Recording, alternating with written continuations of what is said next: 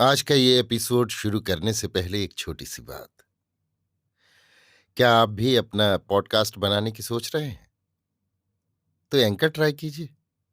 ये पॉडकास्ट बनाने का सबसे आसान तरीका है। नंबर 1, ये फ्री है। नंबर 2, इसमें कई सारे ऐसे टूल्स हैं जो आपको अपने फ़ोन और कंप्यूटर पर रिकॉर्ड और एडिट करने की फैसिलिटी देते हैं। नंबर 3, आप अपने पॉडकास्ट को डिस्ट्रीब्यूट भी कर सकते हैं, जिससे इसे स्पॉटिफाई और दूसरे प्लेटफॉर्म पर सुना जा सके। तो डाउनलोड कीजिए फ्री एंकर ऐप या विजिट कीजिए anchor.fm पर अपना पॉडकास्ट स्टार्ट करने के लिए। ये तो थी एक छोटी सी जानकारी, और अब शुरू करते हैं एपिसोड का सिलसिला। तो आज के एपिसोड में लीजिए सुनिए रविन्द्रनाथ टैगोर के लिखे उपन्यास चोखेर बाली के हिंदी अनुवाद आंख की किरकिरी का भाग 43, मेरी यानी समीर गोस्वामी की आवाज में। राजलक्ष्मी ने स्पष्ट रूप से देख लिया कि आशा से महेंद्र के मन को बांधते नहीं बनता, और तब उन्हें ऐसा लगा कि कम से कम मेरी बीमारी के कारण ही महेंद्र का अगर घर में रहना हो तो वो भी अच्छा। उन्हें डर लगने लगा कि कहीं उनका रोग बिल्कुल ही अच्छा न हो जाए, और इसलिए वे आशा से छिपाकर दवा फेंक देने लगी। अन्यमनस्क महेंद्र इधर विशेष कुछ लक्ष्य नहीं दे सकता था, किंतु आशा अनुभव करने लगी कि राजलक्ष्मी की बीमारी अच्छी नहीं हो रही बल्कि बढ़ रही है। वो सोचने लगी, उसके पति काफी ध्यान देकर ठीक से माँ का इलाज नहीं कर रहे हैं। उनका मन इतना उद्भ्रांत रहता है कि माँ की ऐसी बीमारी भी उन्हें चेता नहीं सकती। महेंद्र की इतनी बड़ी दुर्गति देखकर आशा मन ही मन उसे धिक्कारे बगैर न रह सकी। एक तरफ से नष्ट होने से आदमी क्या सभी तरफ से ऐसा नष्ट हो जाता है। एक दिन शाम के वक्त राजलक्ष्मी की तकलीफ जबकि काफी बढ़ गई, तब उन्हें बिहारी की याद उठाई। कितने दिनों से बिहारी नहीं आया, जिसका कोई ठीक नहीं। उन्होंने आशा से पूछा, बहू, आजकल बिहारी कहाँ है? आशा समझ गई और सोचने लगी, हमेशा से रोग धोग और दुख कष्ट में बिहारी लाला जी ही माँ की सेवा करते आए हैं। इसी से माँ को आज कष्ट के समय उनकी याद आ रही है। हाय, इस घर के अटल सेवक सहायक हमेशा के बिहारी लाला जी भी आज दूर चले गए हैं। वे होते तो इस दुस्समय में माँ की बहुत सेवा करते। इनकी तरह वे हृदयहीन नहीं हैं। सोचते सोचते आशा के हृदय से एक लंबी सांस निकल आई। राजलक्ष्मी ने कहा, बिहारी के साथ महेंद्र ने शायद झगड़ा कर लिया है। बड़े अन्याय की बात है बहू, उस जैसा हितु मित्र महेंद्र का और कोई मिलेगा नहीं। कहते कहते उनकी आंखों में आंसू भर आए। एक के बाद एक आशा को बहुत सी बातें याद आने लगीं। अंधी मूढ़ आशा को यथासमय सावधान करने के लिए बिहारी ने कितनी तरह से कोशिश की थी, और उन कोशिशों की वजह से वो आशा का कितना अप्रिय हो उठा था। उन सब बातों की याद कर करके आशा आज मन ही मन तीव्र रूप से अपने को अपमानित करने लगी। एकमात्र सुहृद को लांछित करके एकमात्र शत्रु को जो छाती से लगा लेता है, विधाता उस कृतघ्न मूर्ख को क्यों नहीं सजा देंगे। भग्न हृदय बिहारी जैसी आह खींचकर इस घर से विदा हुआ है, वो आह क्या इस घर को नहीं लगेगी? बहुत देर तक चिंतित और स्थिर रहकर राजलक्ष्मी फिर सहसा कह उठी, बहू, आज बिहारी अगर होता तो इस बुरे समय में वो जरूर हमारी रक्षा कर सकता था। मामला इतना आगे नहीं बढ़ पाता। आशा निस्तब्ध होकर सोचने लगी। राजलक्ष्मी ने गहरी सांस लेते हुए कहा, उसे अगर मालूम हो जाए कि मैं बीमार हूं तो वो बगैर आए नहीं रह सकता। आशा समझ गई कि राजलक्ष्मी की इच्छा है बिहारी को खबर पहुंचा दी जाए। बिहारी के अभाव में वे आजकल बिल्कुल ही असहाय हो गई हैं। कमरे की बत्ती बुझाकर महेंद्र चांदनी में खिड़की के पास चुपचाप खड़ा था। पढ़ने में अब उसका जी नहीं लगता। घर में उसे कोई सुख नहीं।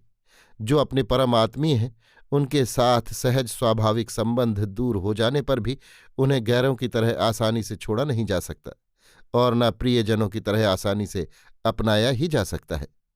नतीजा ये होता है कि वो अत्याज्य आत्मीयता दिन रात असह्य भार की तरह छाती पर जमी ही रहती है। माँ के सामने जाने की महेंद्र की इच्छा नहीं होती। महेंद्र उनके पास जाता है तो वे ऐसे शंकित उद्वेग के साथ उसके मुंह की तरफ देखने लगती हैं कि महेंद्र को उससे बड़ी चोट पहुंचती है। और आशा किसी काम से उसके पास आती है तो उसके साथ बात करना भी उसके लिए कठिन हो जाता है, और चुप रहना तो और भी कष्टकर हो उठता है। इस तरह भला कैसे किसी के दिन कट सकते हैं। महेंद्र ने दृढ़ प्रतिज्ञा की थी कि कम से कम 7 दिन तक तो वो विनोदनी से बिल्कुल ही न मिलेगा। अभी 2 दिन और बाकी हैं। ये 2 दिन अब कैसे कटें? महेंद्र ने पीछे से किसी के पैरों की आहट सुनी। समझ गया कि आशा आई है, किंतु वो ऐसा भाव दिखाकर कि उसे कुछ मालूम ही नहीं, चुपचाप खड़ा रहा। आशा उसके इस भाव को ताड़ गई, किंतु फिर भी वो वापस नहीं गई। महेंद्र के पीछे खड़ी होकर बोली, एक बात है, उसे सुन लो, फिर मैं चली जाऊंगी। महेंद्र ने उसकी तरफ मुंह फेर कर कहा, क्यों, चली क्यों जाओगी? बैठ ही जाओ जरा। आशा उसके इस सौजन्य पर विशेष ध्यान न देकर स्थिर खड़ी रही। बोली, बिहारी लाला जी को मां की बीमारी की खबर दे देनी चाहिए। बिहारी का नाम सुनते ही महेंद्र के गहरे हृदय शत पर एकाएक ऐसी चोट पहुंची कि वो तिलमिला उठा। फिर भी उसने अपने को संभालते हुए कहा, क्यों क्यों दे देनी चाहिए जी? मेरे इलाज पर विश्वास नहीं हो रहा होगा शायद। आशा का हृदय इस ग्लानि से भर उठा कि उसके पति मन लगाकर मां का ठीक ठीक इलाज नहीं कर रहे हैं, इसलिए अनायास ही उसके मुंह से निकल गया, तो फिर उनकी तबीयत ठीक क्यों नहीं हो रही? दिन दिन बीमारी बढ़ती ही क्यों जा रही है? इस साधारण सी बात की भीतरी गर्मी को महेंद्र समझ गया। महेंद्र की ऐसी गूढ़ भर्त्सना आशा ने पहले कभी नहीं की। महेंद्र अपने अहंकार में आहत होकर विस्मित विद्रूप के साथ बोल उठा, तो अब मुझे तुमसे डॉक्टरी सीखनी पड़ेगी मालूम होता है। महेंद्र के इस विद्रूप वाक्य से आशा की पूंजीभूत वेदना पर अकस्मात ऐसी चोट पहुंची कि जिसकी उसे आशा नहीं थी। उस पर घर में अंधेरा था, इसलिए आज वो चिरकाल की निरुत्तर आशा बिना किसी संकोच के उद्दीप्त तेज के साथ कह उठी, डॉक्टरी मुझसे भले ही न सीखो, पर मां की सेवा करना तो सीख सकते हो। आशा के मुंह से ऐसा जवाब सुनकर महेंद्र के आश्चर्य का ठिकाना न रहा। ऐसे अनभ्यस्त तीव्र वाक्य से महेंद्र एकाएक निष्ठुर हो उठा। बोला, तुम्हारे बिहारी लाला जी को क्यों इस घर में आने की मनाही की गई है, सो क्या तुम्हें मालूम नहीं? मुझे क्या फिर से याद दिलाना पड़ेगा? आशा बड़ी तेजी से घर से बाहर निकल गई। लज्जा की आंधी मानो उसे ढकेल ले गई हो। लज्जा उसे अपने लिए नहीं थी। जो व्यक्ति अपराध में डूबा हुआ है, वो ऐसा अन्यायपूर्ण मिथ्या अपवाद मुंह से उच्चारण कैसे करता है? इतनी बड़ी निर्लज्जता को पर्वत प्रमाण लज्जा से भी नहीं ढका जा सकता। आशा के चले जाते ही महेंद्र अपने संपूर्ण पराजय का अनुभव करने लगा। आशा किसी भी समय किसी भी हालत में उसे इस तरह धिक्कार दे सकती है, इसकी कभी महेंद्र ने स्वप्न में भी कल्पना नहीं की थी। महेंद्र ने देखा, जहां उसका सिंहासन था वहां वो आज धूल में लौट रहा है। इतने दिन बाद उसे आशंका होने लगी, शायद आशा की वेदना घृणा में परिणत हो रही है। और फिर तुरंत बिहारी का ख्याल आते ही विनोदनी की चिंता ने उसे अधीर कर दिया। बिहारी पश्चिम से लौटा है या नहीं कौन जाने। इस बीच में विनोदनी को उसका पता भी मालूम हो सकता है और बिहारी से उसकी भेंट होना भी असंभव नहीं। महेंद्र के लिए अब अपनी प्रतिज्ञा की रक्षा करना कठिन हो उठा।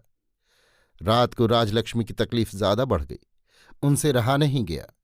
उन्होंने खुद ही महेंद्र को बुलाकर कहा, महेन, बिहारी को देखने की मेरी बड़ी इच्छा है, बहुत दिनों से वो आया नहीं है। आशा सिरहाने के पास बैठी सास को पंखे से हवा कर रही थी। वो मुंह नीचा किए रही। महेंद्र ने कहा, वो यहां नहीं है, पछाए की तरफ कहीं घूमने गया है। राजलक्ष्मी ने कहा, मेरा मन कह रहा है वो यहीं कहीं है, तुझसे रूठा हुआ है इसलिए नहीं आ रहा है। तुझे अपनी मां की सौगंध है, कल तू एक बार उसके घर जाकर देखा। महेंद्र ने कहा, अच्छा जाऊंगा। आज सब कोई बिहारी को बुला रहे हैं। महेंद्र को ऐसा लग रहा है मानो उसे सारे संसार ने त्याग दिया हो। अभी आप सुन रहे थे रवीन्द्रनाथ टैगोर के लिखे उपन्यास चोखेर बाली के हिंदी अनुवाद आंख की किरकिरी का भाग 43 मेरी यानी समीर गोस्वामी की आवाज में।